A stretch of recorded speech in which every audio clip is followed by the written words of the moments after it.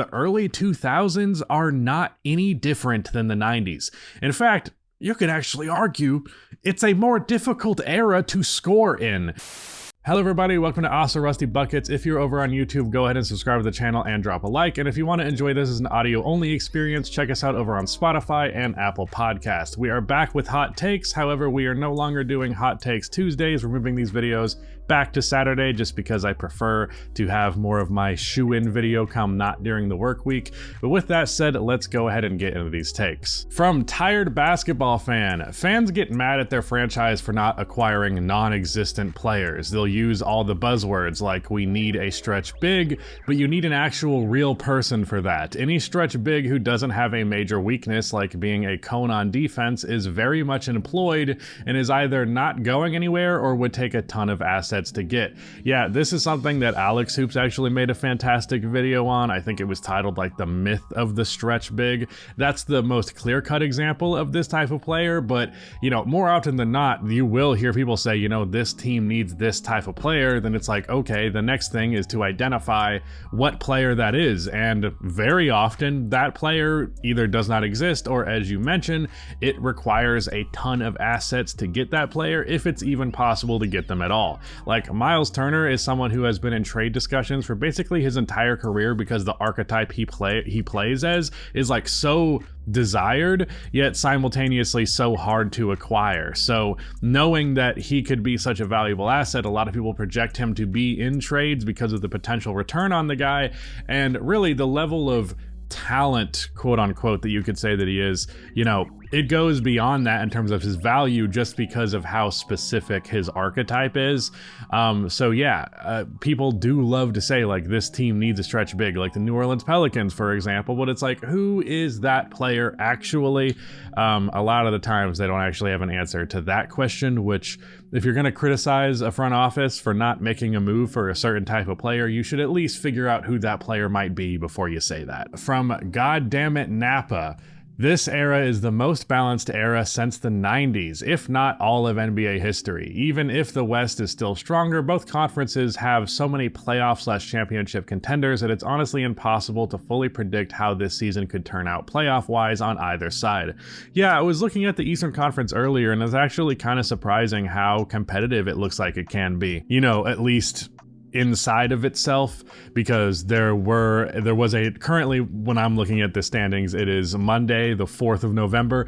The Orlando Magic are 3-4 and they have the 7th seed in the East. So the East has been losing a lot of games to Western Conference teams right now, where that is very much not the case for their higher seeded or their playoff seeded teams. However, amongst the actual conference itself, there is a lot of competition. There isn't a clear-cut second best, third best, or fourth best team, though you probably put the Knicks and Cavaliers somewhere in there. You don't really know how we feel about the Bucks right now. How legitimate of a threat are the Cleveland Cavaliers? There's just a much more balanced East than I think we've seen in quite a while, and of course the West has had this reputation for being super balanced for a very long time.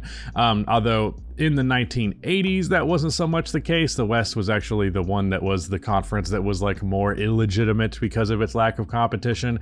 But historically, it is the West, and the West is still great this year, not quite as dominant as it has been in years past. And then the East is really good. So yeah, it is well balanced. I don't know if I would necessarily call the 90s a super well balanced era, because the Eastern Conference was so dominated by the Chicago Bulls. Even if there were teams in there that could at least make them flinch for a second, almost none of them that could push them into a game 7. I think that happened twice, against the Pacers and against the Knicks, each individually. Your point stands for the most part. I do agree this is a stronger, more balanced era than there has been in quite a while. From I Don't Know For Real, Victor Wembanyama and Chet Holmgren will be one of the greatest rivalries in the sport in the coming years/decades. Barring injuries for both, these two are must-see TV.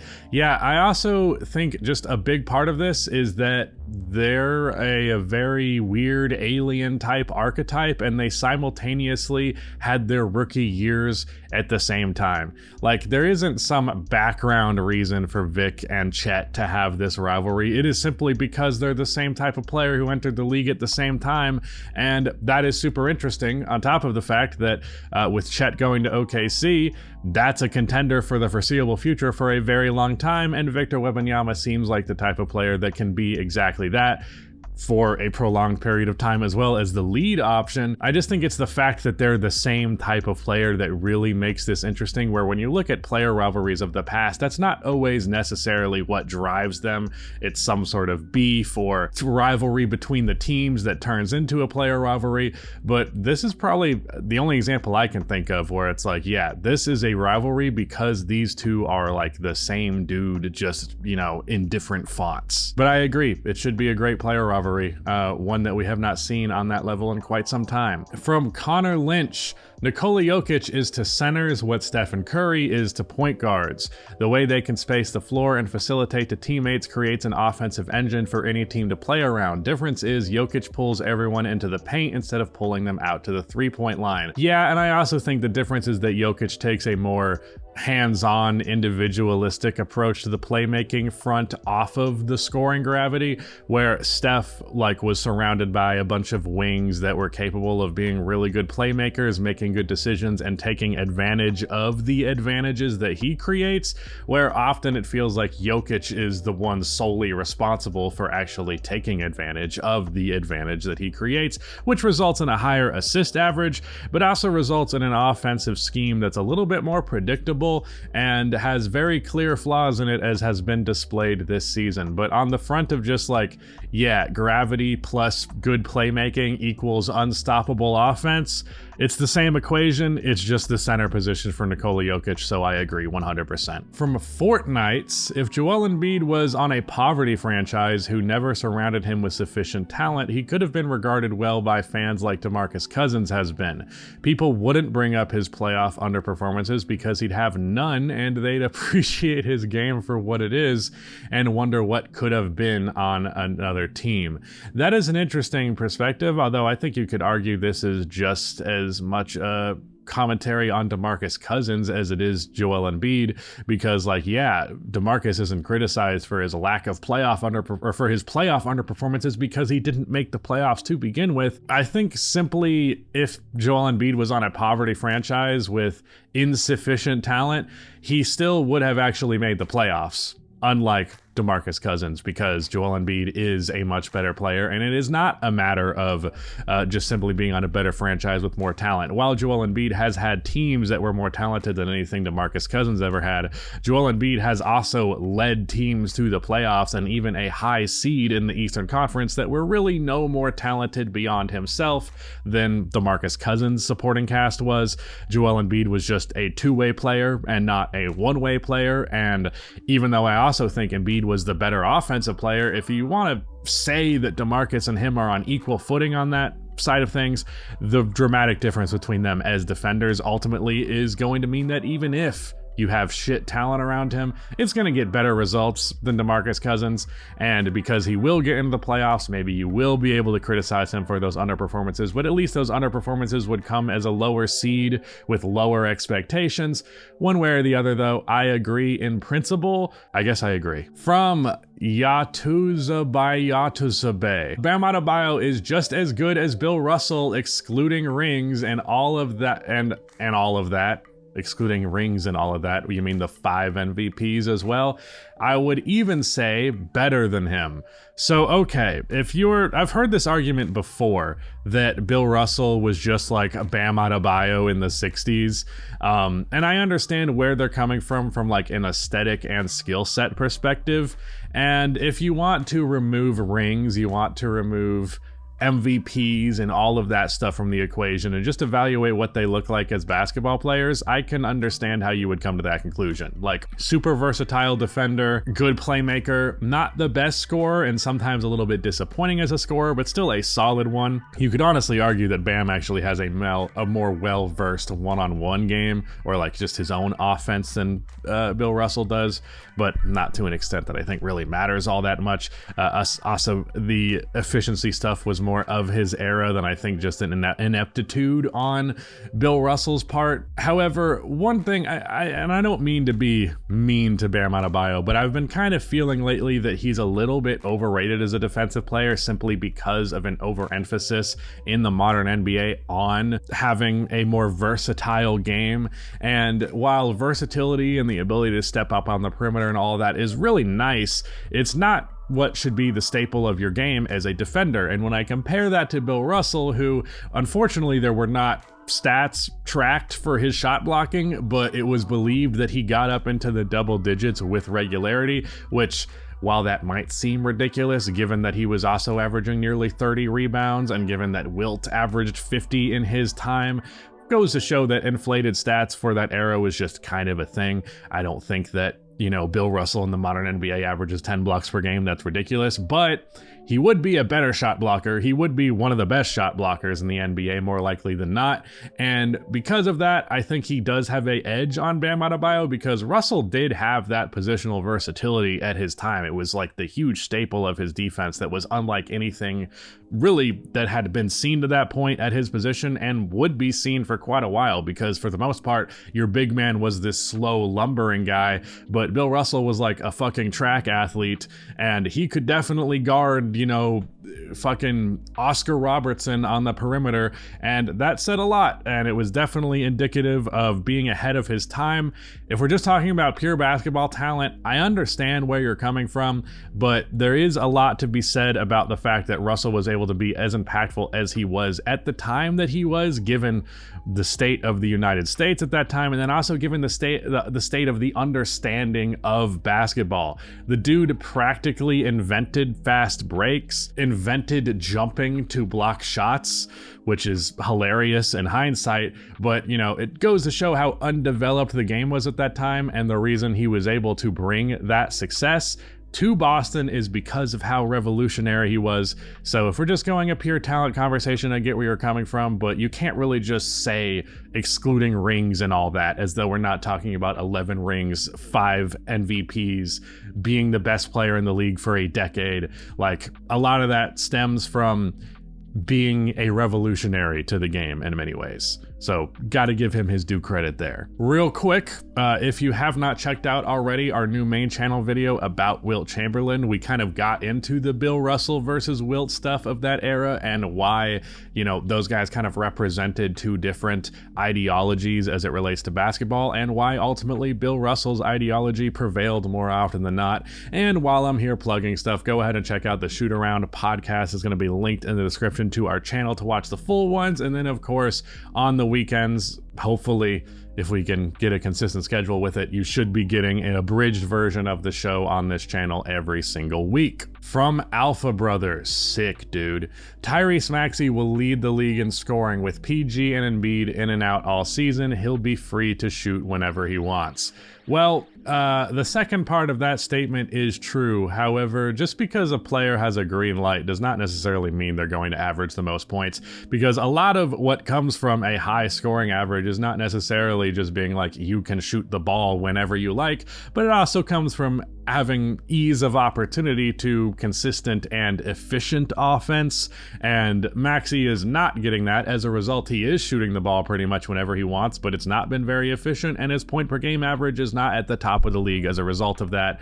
I realize we kind of love this idea and we do it every time. We think of the same thing for like Cam Thomas in Brooklyn, where it's like, man, they're going to be bad and they have no other options. Therefore, this player is going to shoot the ball all the time. Therefore, they're going to average 1 million points.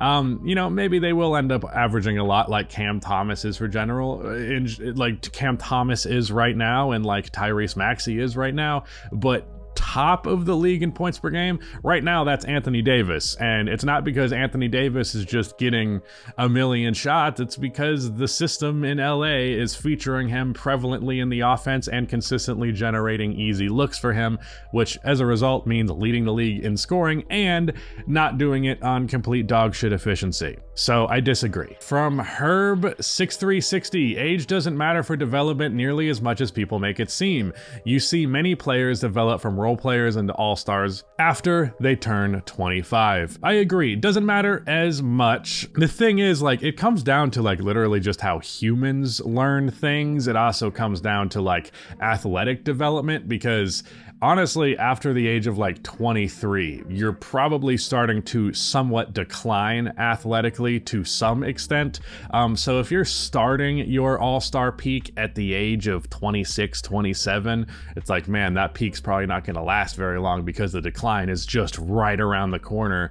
So that's a part of the reason that people will take that approach. Also, like, if you're a younger player, you have more time to be bad, whereas if you're 24, 25 and you still have massive holes in your game, at that point people are probably going to give up on you because you've probably had more than enough time to display that you would have the ability to break out into an all-star again by that point. So you are correct that it's not necessarily a requirement, and that it's sometimes overblown to the point where people act like a dude's just never going to get any better after the age of 27. It is generally viewed as a truth of the sport for a reason, because it is generally true. From Jack Carr, the Cavs have a legitimate shot at upsetting the Boston Celtics, making it to the finals this year. Kenny Atkinson has made this team arguably a top 8 offense and a top 2 defense in the league.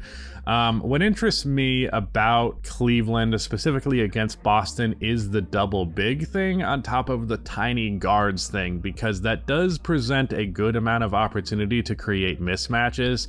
Evan Mobley is pretty damn great at defending the perimeter, so I don't know if it'll come from that too much, but there is, you know, both Derek White and Drew Holiday are really good at punishing undersized guards. Darius Garland is that. Donovan Mitchell has long arms and is super strong, so he's not as undersized as his 6'1" listed height would have you feel. However, he's still not a very big guard, so that's something that the Celtics will target and they will feast on a lot.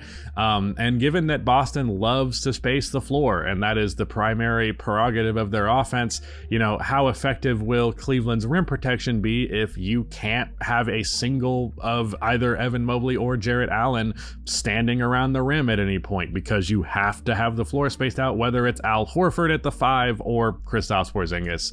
So I'm worried about them actually having the matchup. I do think Cleveland as a whole is just a lot better than they have been previously, so they do, I think, have a shot at upsetting Boston. Just on a talent front, they're much higher in that category, especially because of the development of Evan Mobley in this last couple of games that we've seen from him, especially if that holds up. However, I do think that Boston has too much of a mismatch factor against them to lose that series, but just for the plausibility of it all, I will agree with you that it is plausible. From Red Fury, Cam Thomas is the best scorer in the Eastern Conference right now. He's been averaging 28 plus on good efficiency while still getting good touches with Dennis Schroeder, Cam Thomas, Ben Simmons, and Finney Smith. Still getting good touches. Do you mean that he's getting a lot of shots in spite of the fact of Dennis Schroeder, Cam Thomas, and then Ben Simmons and Dorian Finney-Smith? Oh yeah, it's really hard to get shots in an offense featuring Ben Simmons and Dorian Finney-Smith. He's not the best scorer in the Eastern Conference just because he's averaging 28 plus. His efficiency is not great. He's shooting 40% from the field and 32% from 3. I think he's at 90+% from the line and he's getting 7 attempts. So his true shooting percentage is probably fine, but no, he's not the best scorer in the Eastern Conference. Even if like a dude's averaging 24, but on plus efficiency, that is better than 28 on what I would guess would be below league average. So yeah, no, just he's not the best scorer in the East. From David Husari, SGA's team circumstances remind me a lot of Curry's early years in Golden State. He was good for a few years on a rebuilding team, and the first time they had a competent roster was the 2012-2013 Warriors, when they went to the second round to Jesus, to beat the team that would make it to the finals, which was the San Antonio Spurs, or would lose to them. Fuck! This entire read has been a disaster, but I'm not doing it again. The point being, SGA on OKC, similar to Curry's years in Golden State. Sure, I agree with that for the most part. I don't think that the Warriors necessarily had some like mastermind level GMing happening in the background of all of this to the same extent. Very good drafting and all that, but not like a bunch of million IQs like Sam Presti has been pulling off for OKC. But yes, I agree with you. We'll just say this will be that last one of the video since it's long. From D. Reese Beats, both sides of the GOAT debate need to stop pretending that either player would be trash switching eras. LeBron and Jordan literally played in the early 2000s where hand checking and zone defense with terrible spacing was a thing all at the same time, both at the weakest points in their careers, LeBron being 39 and 40 and LeBron being 18 through 19 years old, and both averaged 20 on the same field goal percentage. Anyone thinking Jordan would be average in today's era and anyone thinking LeBron wouldn't survive in the 80s and 90s are delusional and only want to see their generation as superior. I agree wholeheartedly, especially because from a how basketball was played standpoint, the early 2000s are not any different than the 90s. In fact, you could actually argue it's a more difficult era to score in, and LeBron was averaging 30 plus points per game immediately following, I think his third year he averaged 30 plus, and he was at like 27 through 28, 29, 30, pretty much every year of the 2000s after that, in spite of the fact that the 2000s were a lower scoring era than the 90s. But these fucking old heads like to go, oh, the 90s were a more physical grit and grind era, when LeBron, again, was averaging 30 when his team was averaging less than 100 points. So I agree on the LeBron being able to play in that era. And then for Michael Jordan, dude, Michael was a scorer. Like a scorer through and through. That was the core of the type of player he was. Removing his defense and playmaking from the equation, getting buckets was the number one principle for Mike. And in the modern NBA, getting buckets is as easy as it has ever been due to modern spacing.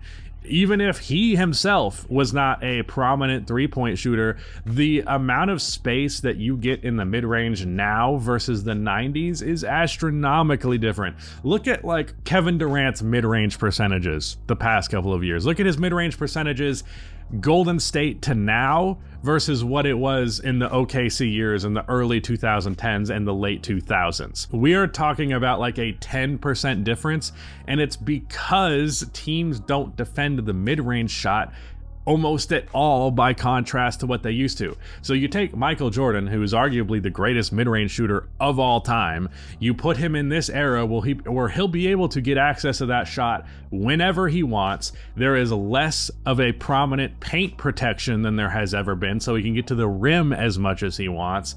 Like, I think people who say he would average 50 are pushing it, but he averaged 38 in the 80s. He averaged 33, I think, one year during, it might have been literally 1990, 32 maybe, but like he could average 40 in this era if he wanted to. He could also be a more effective like team approach offense guy who just gets to about 30, which I think is the most effective usage of the guy, but he could average that amount if he wanted to, and LeBron could very easily go into this era where players are physical and the pace is super slow because he already did that successfully before.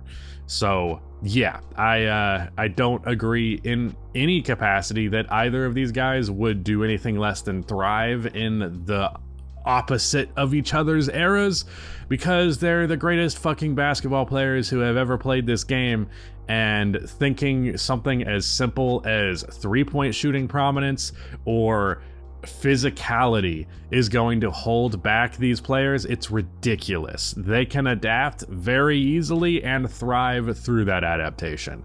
So yeah, I agree with your take wholeheartedly. Shout out to Nick for editing this video, and that is it. Goodbye.